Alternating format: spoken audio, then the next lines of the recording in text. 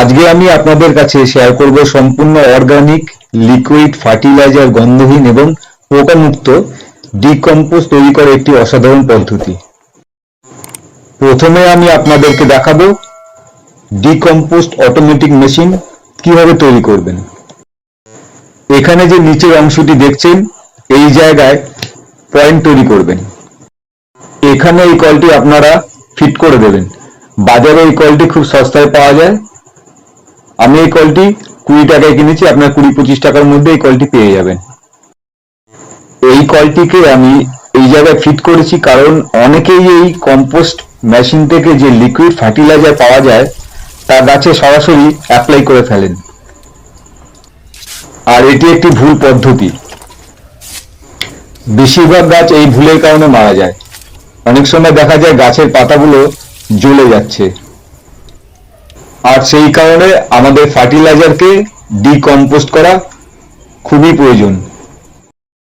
আমরা যদি এইভাবে ফার্টিলাইজার মেশিনটি তৈরি করে নিতে পারি তাহলে ফার্টিলাইজার ডিকম্পোস্ট হতে বেশ কিছুটা সময় পেয়ে যাবে। আমার এই ভিডিও মন দিয়ে দেখুন।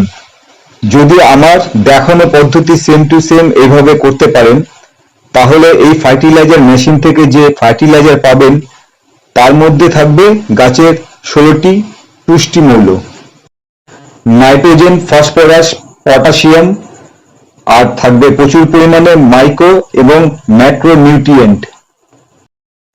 এই মিরাকেল ফার্টিলাইজার থেকে পেয়ে যাবেন আপনাদের বাগান ও ছাদ বাগানের গাছের সম্পূর্ণ পুষ্টির চাহিদা। আপনারা কোনো ড্রাম বা বালতি ব্যবহার করতে পারেন। এর নিচের অংশে বেশ কিছু ছিদ্র করে দেবেন। এই ছিদ্র থেকে যে লিকুইড ফার্টিলাইজার বাইরে বেরিয়ে আসবে এর নিচের পাত্রের মধ্যে জমা হতে শুরু করবে। চলুন তাহলে দেখে নিই কিভাবে তৈরি করবেন ডিকম্পোস্ট অটোমেটিক মেশিন। ডিকম্পোস্ট তৈরি করার আগে একটি কার্ডবোর্ড বক্স জোগাড় করুন। যদি কার্ডবোর্ড বক্স না পাওয়া যায় তাহলে গাছের পাতা বা মোটা কাগজের টুকরো হলেও চলবে। প্রথমে ছোট ছোট টুকরো করে নিয়ে এইভাবে দিয়ে দিন। কিচেন ওয়েস্ট দেওয়ার আগে প্রথমে একটি লেয়ার তৈরি করতে হবে। আপনারা গাছের পাতা দিয়ে এই লেয়ারটি তৈরি করুন। এই লেয়ার তৈরি করার পর আপনারা কিচেন ওয়েস্ট এর মধ্যে দিতে পারবেন।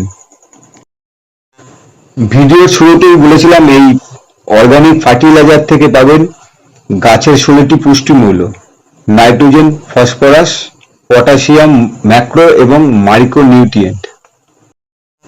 আর এই 16টি পুষ্টিমূল্য পেতে কি ধরনের উপকরণ ব্যবহার করবেন সেই বিষয়টি হলো সব থেকে বেশি গুরুত্বপূর্ণ।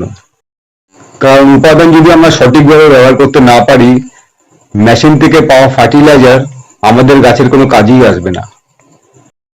তাই আমি সেই ধরনের উপকরণ ব্যবহার করব যা আমাদের গাছের সম্পূর্ণ পুষ্টির চাহিদা যোগান দেবে।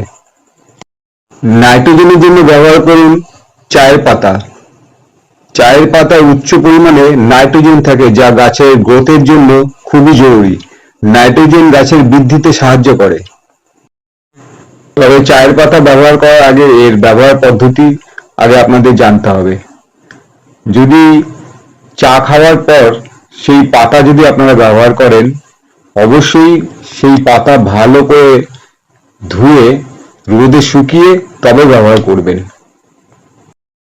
আর যদি বাজার থেকে কিনে এনে সেই পাতা আপনারা ব্যবহার করেন তাহলে আপনারা সরাসরি সেটা ব্যবহার করতে পারেন। গাছকে পিঁপড়ে, পোকামাকড় থেকে দূরে রাখতে ব্যবহার করুন নিম পাতা। নিম পাতা নিয়ে মেশিনের মধ্যে দিয়ে দিন। পিঁপড়ে, পোকামাকড় থেকে দূরে রাখতে সাহায্য করবে এবং গাছকে ফাঙ্গাস থেকে মুক্ত রাখবে। পেঁয়াজের খোসায় প্রচুর পরিমাণে পটাশিয়াম এবং ফসফরাস থাকে। এই দুই উপাদান ছাড়াও এই পেঁয়াজের খোসায় থাকে প্রচুর পরিমাণে calcium, zinc, copper, magnesium, iron এবং সালফার যা গাছের ফুল ফল এবং বৃদ্ধিতে সাহায্য করে।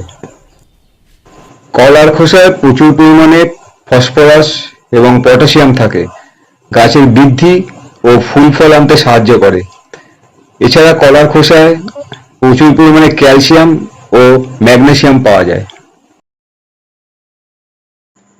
সবজির খোসায় থাকে গাছের সমস্ত পুষ্টি উপাদান, মাইক্রো এবং ম্যাক্রো নিউট্রিয়েন্ট। এছাড়া সবজির খোসায় ভিটামিন এ ও ভিটামিন সিও পাওয়া যায়। আপনারা সব ধরনের সবজির খোসা এর মধ্যে ব্যবহার করতে পারবেন। ভিডিওটি আপনাদের কেমন লাগছে আপনারা কমেন্ট করে জানাবেন। ভিডিওটি ভালো লাগলে একটা লাইক করবেন, আর নতুন যারা আমার বন্ধুরা ভিডিওটি প্রথম দেখছো তারা আমার চ্যানেলটিকে সাবস্ক্রাইব করে আমার পাশে থাকবে।